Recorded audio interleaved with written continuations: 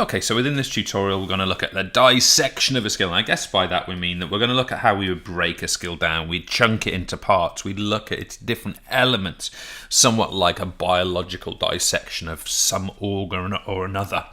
So the key point I want to start off with is the idea of what I'm going to refer to you as an executive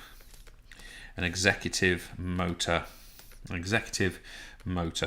program. And don't panic if you hear that term and you think, what on earth does that mean? Because it kind of doesn't give too much away about what it means. But an executive motor program, the way I tend to think about it, is it's simply a movement. It's simply a movement. Now, if you think about the concept of a movement, let's say a sporting technique, we have to store the idea of that somewhere. And of course, the way in which we store it, we're referring to as an executive motor program. So a couple of key things that I would like you to be aware of with regard to EMPs, executive motor programs. First of all, I'm going to put this in inverted commas. They're what we refer to as general movement patterns or generalized movement patterns.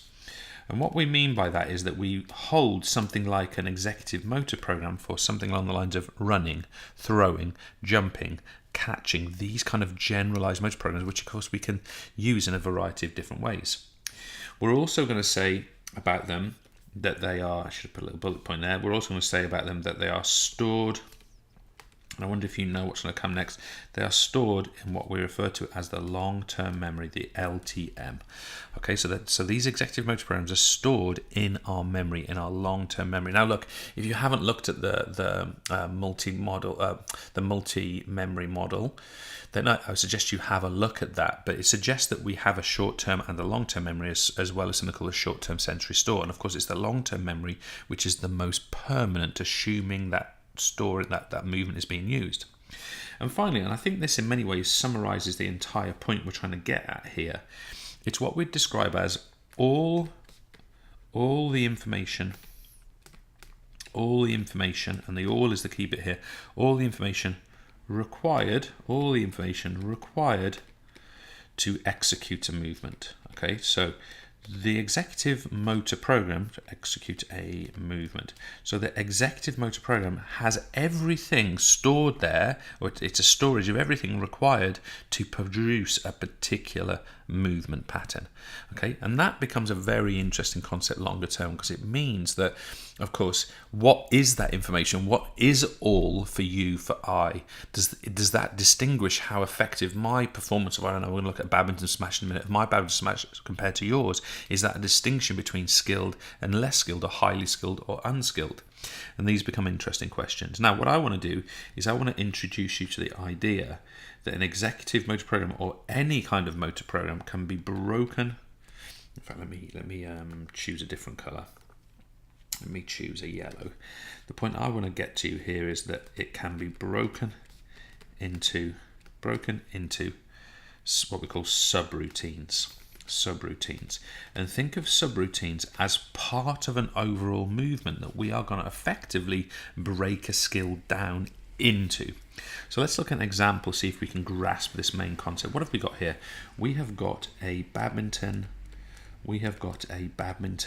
smash, and I'm pretty confident this performer has just performed a badminton smash. She seems to be recovering from that position. And what we want to do is we want to break this down into its elements. Okay, so element one is what we call layer one. Okay, layer one, and layer one we're going to refer to here. Layer one is going to be what we refer to as the preparation phase. The preparation phase. And I'm going to put the details of this over here. These are going to involve subroutines. Preparation is sort of the bit before the smash bit, by the way. In fact, let me put that in before. So it's like the performer's moving into position and getting the arm ready. So it's going to include things such as foot movement, where the feet have to go. It's going to include things such as weight transfer to get into position, so the weight is on the back foot, ready to strike and to be transferred forward. So we've got weight transfer. We've also got something like body alignment. Remember, this is simply in the initial period that before the strike happens. And we might have something like head position. So can you sort of see for me that in that initial layer 1 preparation phase, we have got a whole range of what we referred to before as subroutines. In fact, let me not write it like that because it's going to confuse you when we look at conditioning later on. So these are what we call subroutines. And of course, if we're able to break these subroutines apart into different and completely different things, we could even potentially practice them as an individual subroutine, more of which later on. But I want to address with you the idea of layer 2 now, or layer 2. And in this example, I'm going to make layer 2 what we're going to call, let's call it the swing. I'm going to call it the swing. We may well call it the execution phase. Just be aware of that. You might hear that term elsewhere. So in the swing phase, once the performer is now in position, we're talking about the arm action, in this case of the right arm to swing and strike the shuttle, and what that arm action is. We would be talking about, again, the head position. You see here in the image that even though the performer's weight is kind of going that way, the head has been held kind of, I don't know what I was trying to draw there, it was meant to be an arrow.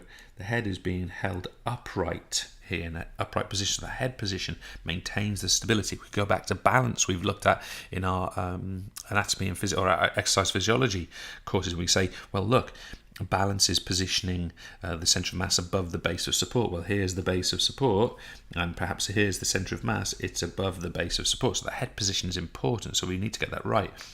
And finally, we might have something like the weight transfer.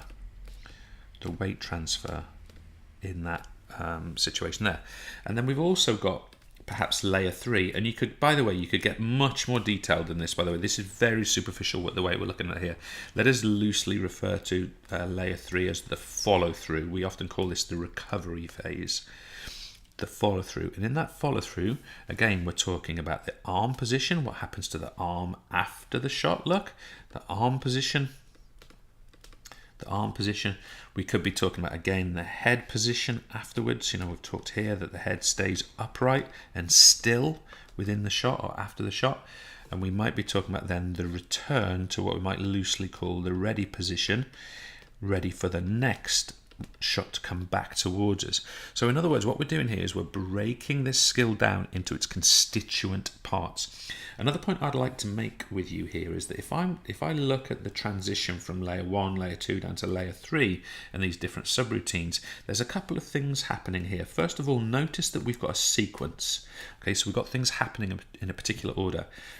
And that sequence is going to have a very specific timing. So the way these things are timed together matters. The fact that they are in this order actually matters. Now, what would I like you to do at this point? A couple of things. I would like you to, especially with the performances that you do yourself, I'd like you to try this with different skills. Okay, can you break this down into different phases, different layers?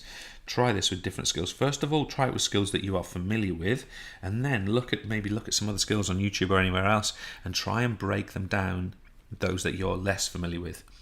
And the other question is, whenever you do that, is that this question is important. Can they be practiced? Can they be practiced separately? And when I say they, what I mean by that is, could I take, for example, the foot movement in the preparation phase, the before phase, could I practice that in isolation without the strike? Could we set up a conditioning practice which allowed us to do that? If the answer is yes, then this ultimately becomes what we call a low organizational skill, and we're able to break the skill down into its subroutines and practice them separately. And some skills you can, and some skills you can't. It's an interesting process to go to see whether you can do that. So I say again, try this with different skills, try and break it down into the different layers and the different subroutines, and finally, can you break those layers down or the subroutines down into separate parts and practice them separately? And if you can, then of course that's at least one option we have for the practice environment. Cheers.